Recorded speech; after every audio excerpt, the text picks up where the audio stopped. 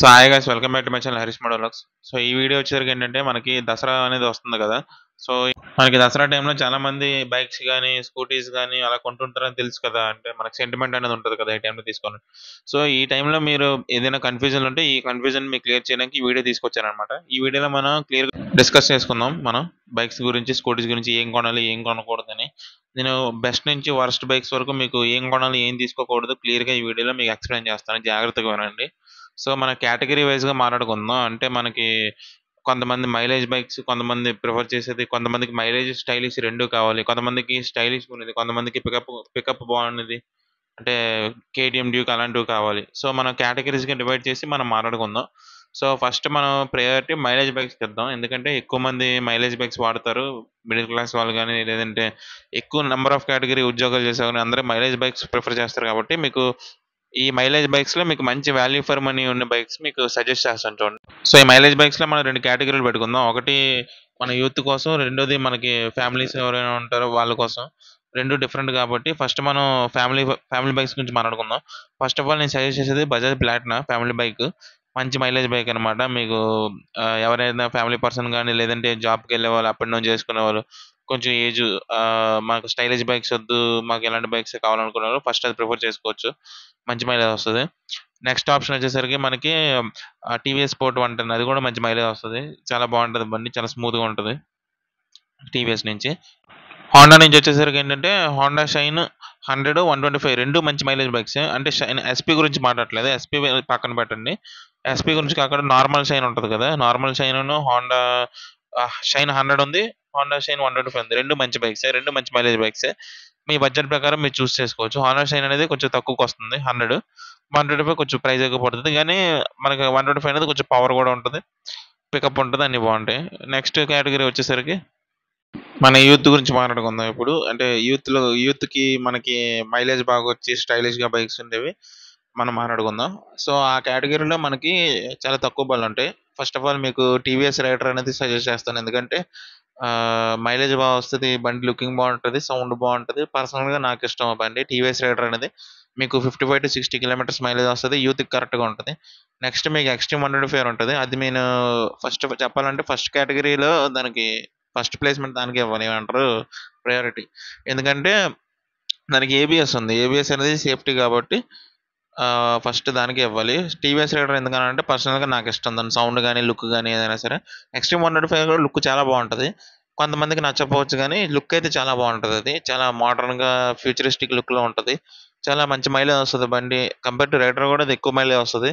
కాకపోతే దాంట్లో వచ్చిన మైనస్ పాయింట్ ఏంటంటే ఫ్యామిలీకి కొంచెం ఇబ్బంది పడుతుంది అనమాట. బ్యాక్ సీట్ అనేది కొంచెం ఎత్తు ఉంటుంది. చాలా మందికి పర్వాలేదు, కానీ కొంచెం మనకి ఇంట్లో లేడీస్ ఎవరైనా ఏజ్ అయిపోయిన వాళ్ళు ఉన్నారంటే వాళ్ళు ఎక్కలేరు, అంత కంఫర్టబుల్ కాదు వాళ్ళకి. కుర్రోళ్ళకి మాత్రం చాలా బాగుంటుంది ఈ రెండు బైక్స్. ఇంకో బైక్ వచ్చేసరికి ఏంటంటే ఎస్పీ 125. ఇది కూడా స్టైల్గా ఉంటుంది, మంచి మైలేజ్ వస్తుంది. Same Honda shine 125 engine. మీకు చాలా స్మూత్గా ఉంటుంది బండి, హోండా బ్రాండింగ్తో వస్తుంది. ఇది కూడా మనకి మంచి స్టైలిష్గా ఉంటుంది అనమాట బైక్. సో ఈ మూడు బైక్స్ మీకు సజెస్ట్ చేస్తాను నేనైతే, మైలేజ్ స్టైలిష్గా కూడా. ఇప్పుడు మనం పర్ఫార్మెన్స్ బైక్స్ గురించి మాట్లాడుకుందాం. ఈ కేటగిరీలో మనకి ఫస్ట్ ఆఫ్ ఆల్ మనకి వాల్యూ ఫర్ మనీలో పర్ఫార్మెన్స్ బైక్ గురించి మాట్లాడాలంటే అందరికీ తెలిసిందే. మనకి ఫస్ట్ మనకి గుర్తొచ్చేది వాల్యూ ఫర్ మనీ అంటే బజాజ్ బండి గుర్తుపెట్టుకోండి. ఆ బండి వాల్యూ ఫర్ మనీ ఉంటాయి. అందులో మొదట మనకి NS200 అనేది వాల్యూ ఫర్ మనీ ఇప్పుడు. ఎందుకంటే ఇప్పుడు కంపేర్ టు MT-15 కానీ, R15 కానీ NS200 అనేది కొంచెం తక్కువ పడుతుంది వాటికంటే. పవర్, పికప్ అన్నీ దానికంటే ఎక్కువ ఉంటాయి దీనికి. రెండోది మనకు వచ్చేసరికి NS400G అంటాను నేను, ఎందుకంటే అది కొత్తగా దిగింది మనకి ఇప్పుడు. కంపేర్ టు అన్ని బైక్స్ అది value for money. Next almost అది R15 ప్రైస్ కంటే కొంచెం తక్కువే పడుతుంది. ఇంకా బండి వచ్చేస్తుంది మనకి 400cc. పికప్ గట్టిగా ఉంటుంది బండి, చాలా బాగుంటుంది పికప్. కొత్తగా దిగింది, ఇంకేం చెప్పాలి దాని గురించి, చాలా బాగుంటుంది బండి. సో నెక్స్ట్ వచ్చేసరికి ఎక్స్పోజ్ 204 కూడా బాగుంటుంది అనమాట. అది కూడా వాల్యూ ఫర్ మనీ, బడ్జెట్లో మనకి మంచి బండి వస్తుంది. లుక్స్ కూడా చాలా డిఫరెంట్గా ఉంటుంది, చాలా స్మూత్గా ఉంటుంది బండి. నెక్స్ట్ ఆఫ్ రోడింగ్ దాని పర్ఫార్మెన్స్ సూపర్ అనమాట. మైలేజ్ కూడా డీసెంట్ 40+ మైలేజ్ వస్తుంది. అదొక బండి అనమాట మనకి వాల్యూ ఫర్ మనీలో.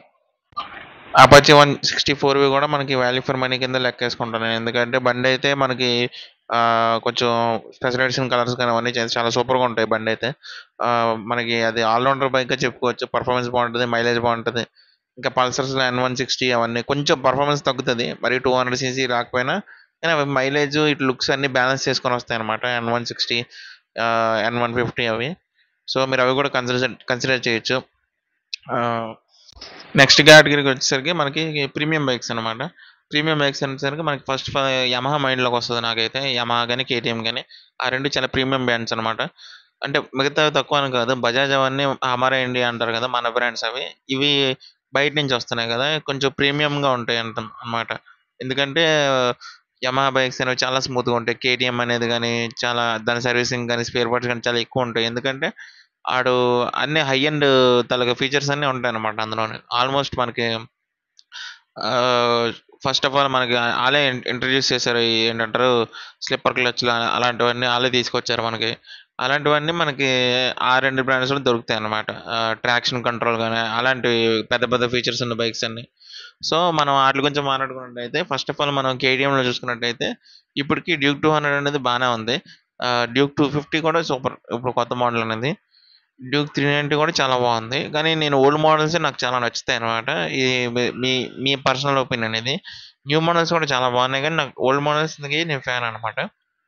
మీరు ఆ రేంజ్లో మీరు 200cc డ్యూక్ 200 తీసుకోవచ్చు, 250 తీసుకోవచ్చు, 390 తీసుకోవచ్చు. అడ్వెంచర్ కానీ ఏదైనా అవి బాగానే ఉంటాయి. నెక్స్ట్ ఈ అమ్మాలో చూసుకున్నట్టయితే మీకు R15 V3, V3 లేదు, డిస్కంటిన్యూ అయిపోయింది, సారీ. R15S V3లో వస్తుంది, అదొకటి ఉంది. R15 V4 MT15, ఈ రెండు మంచి ప్రీమియం బైక్స్ అనమాట. మీరు అందులో మీరు ఏం చూస్ చేసుకోవాలంటే మీకు స్పోర్ట్స్ బైక్ లుక్ కావాలంటే R15 చూస్ చేసుకోవాలి. నెక్స్ట్ మాకు నేకెడ్ బైక్ లుక్ కావాలంటే MT15. ఇవి ప్రీమియం బైక్స్ అనమాట. ఇంకా ఇంకా ఎక్కువైతే మనకు అవుట్ ఆఫ్ బడ్జెట్ అయిపోతాయి. ఇవి బడ్జెట్లో కొంచెం మనం మిడిల్ క్లాస్ వాళ్ళకి కొనే రకంగా మాట్లాడుతున్నాను అనమాట. 390 అన్నా సరే కొంచెం కష్టమే కొంతమందికి. కానీ కొనేవాళ్ళు అంటే ప్యాషన్ ఉంది, నాకు ఆ బండి అంటే చాలా ఇష్టం ఉన్న వాళ్ళు కొనుక్కోవచ్చు. ఎందుకంటే అది ఇంచుమించు ఒక స్పోర్ట్స్ బైక్ కింద లెక్క అనమాట దాని పర్ఫార్మెన్స్. నెక్స్ట్ రాయల్ ఎన్ఫీల్డ్ నుంచి మనకి కాంటినెంటల్ జీటీ అనేది one of the best bike అనమాట ప్రీమియం బైక్స్లో. మనకి ఇంటర్సెప్టర్ కూడా రెండు ఒకటే. ఇంటర్సెప్టర్, కాంటినెంటల్ జీటీ మనకి సిట్టింగ్ పొజిషన్ అనేది మారుతుంది. ఇంకా మనకి హంటర్ కానీ అవన్నీ రాయల్ ఎన్ఫీల్డ్ అన్నీ మనం ప్రీమియం కేటగిరీలోకి వచ్చేస్తాయి. ఎందుకంటే అవన్నీ 2 lakhs పైన ఉంటాయి హండ్రెడ్ ప్రైస్ అనేది.